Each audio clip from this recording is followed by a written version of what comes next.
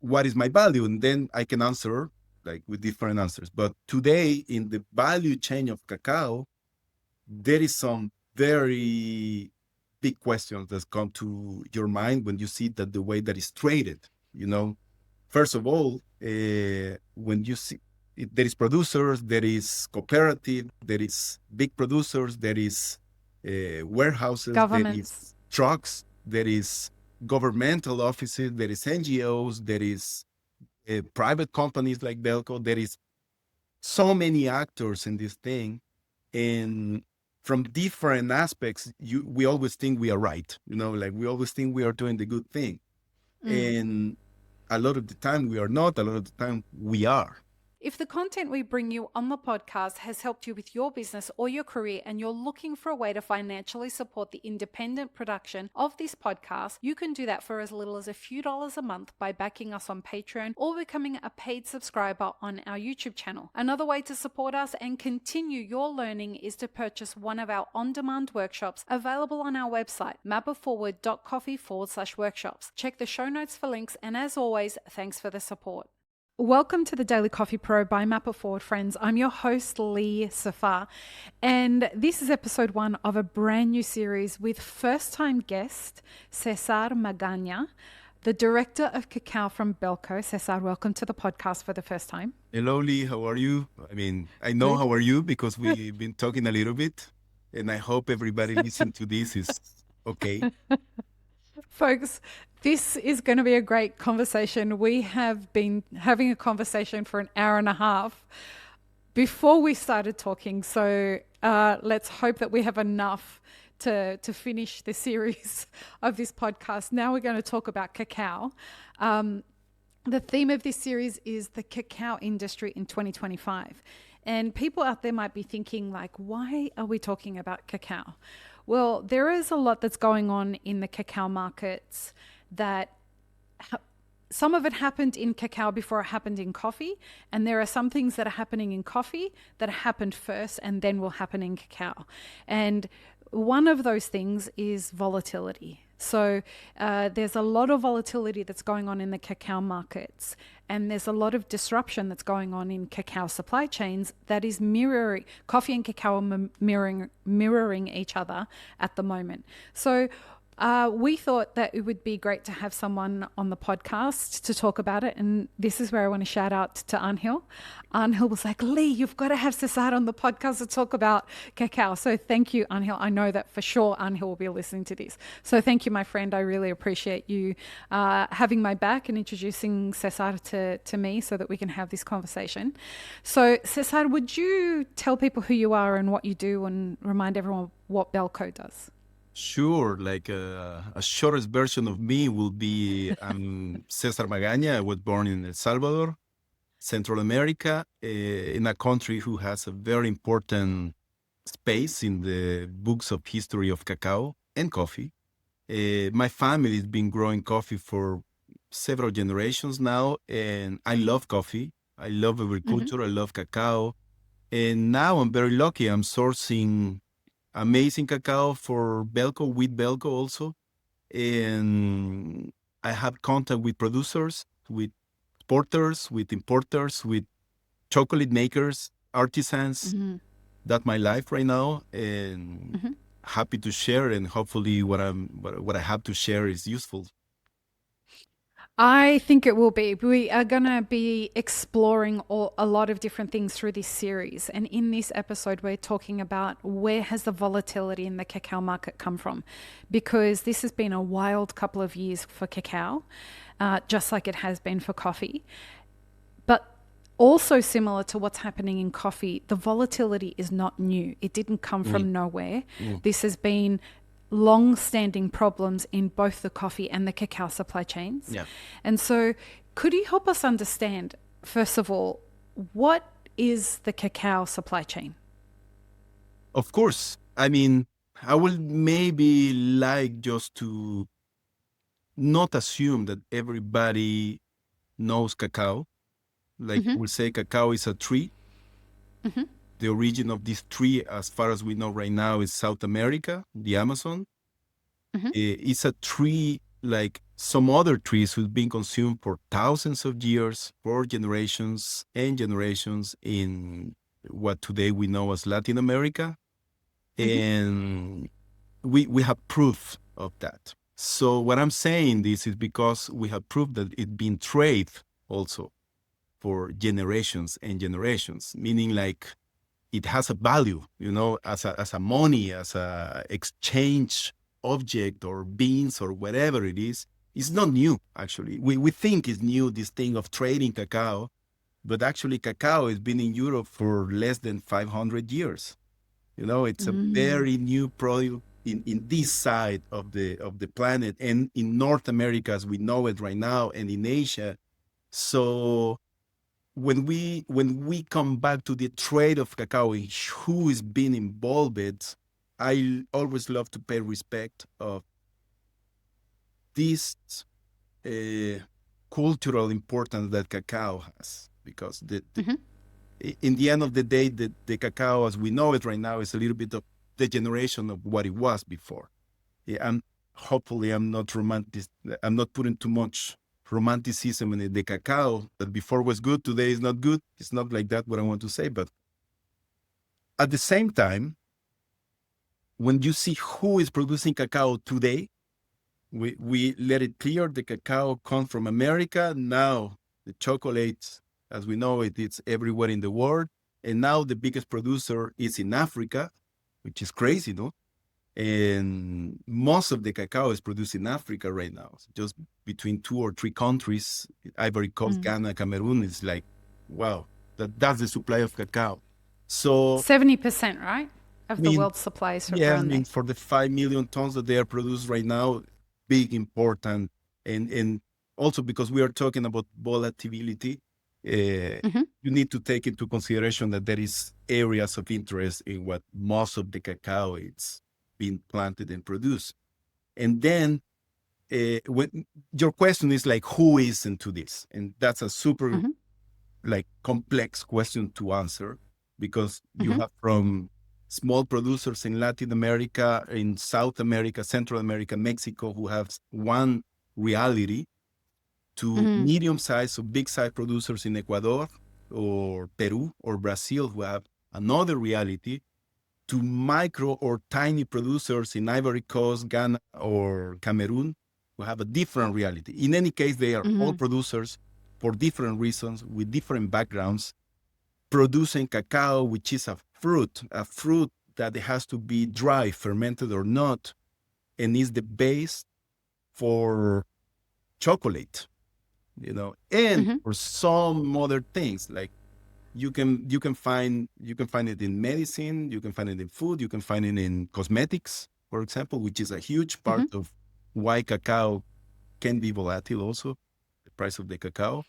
So it's a bean that is used in so many ways: liquid, solid, freeze, unfreeze, dry. It's very limited what you can do with cacao. So can you explain to everybody what the volatility is right now before we explore like where that volatility came from? When we say cacao is volatile, what do we mean?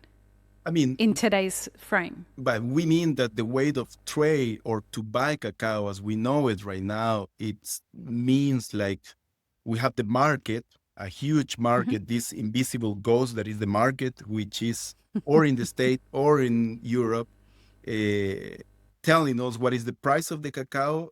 And one of the things, the price of the cacao, if you go to internet right now and you see, I think today at this date is 9/11 or something, 9/10.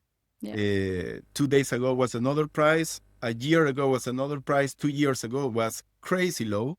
So we cannot trust in this thing. And why these changes of price, to make it simple. And then we have to explore the reasons of why the price is not stable, because stable is not good also. It's stable in a very low price is not really a beautiful panorama. You see, it's people like you who say things like that make me question reality. Why is that? Because when people say things like stability is not good, Yeah. because somebody said that I mean, to recently about who coffee. is interested And in that's my that point. stability? Yeah. Exactly. That's my point, right? Like producers and consumers and the people in the main cacao supply chain would benefit from some stability. It seems like everybody else would not benefit from I stability. mean, People who trade on cacao. it, Go on. there is a cliche in the thing, which is the value that you add in these value chains. Like it's a little bit redundant, but do we add some value to this cacao or not? That's the first question that we should ask ourselves when we work in something. Like we need to feel, we need to believe, and we need to give value to the cacao. So what is my value? And then I can answer like with different answers. But today in the value chain of cacao, there is some very big questions that come to your mind when you see that the way that it's traded. First of all, when you see there is producers, there is cooperative, there is big producers, there is warehouses, there is Governments. trucks, there is governmental offices, there is NGOs, there is private companies like Belco. There is so many actors in this thing, and from different aspects, we always think we are right. Like we always think we are doing the good thing, and a lot of the time we are not. A lot of the time we are. However, when you see that our business it's built in misery, it can be right. Something is wrong there. So from the cacao producer to the chocolate artisan, when you see concentration of money in a little sector, that it's not really touching the land, but not touching the chocolate either. So it's you need to question yourself if there is added value, because it's part of the blockchain that cacao has to pass to go to being consumed as we consume chocolate today. So, which is another question: how we consume chocolate today is like we are consuming more sugar than chocolate. So, it's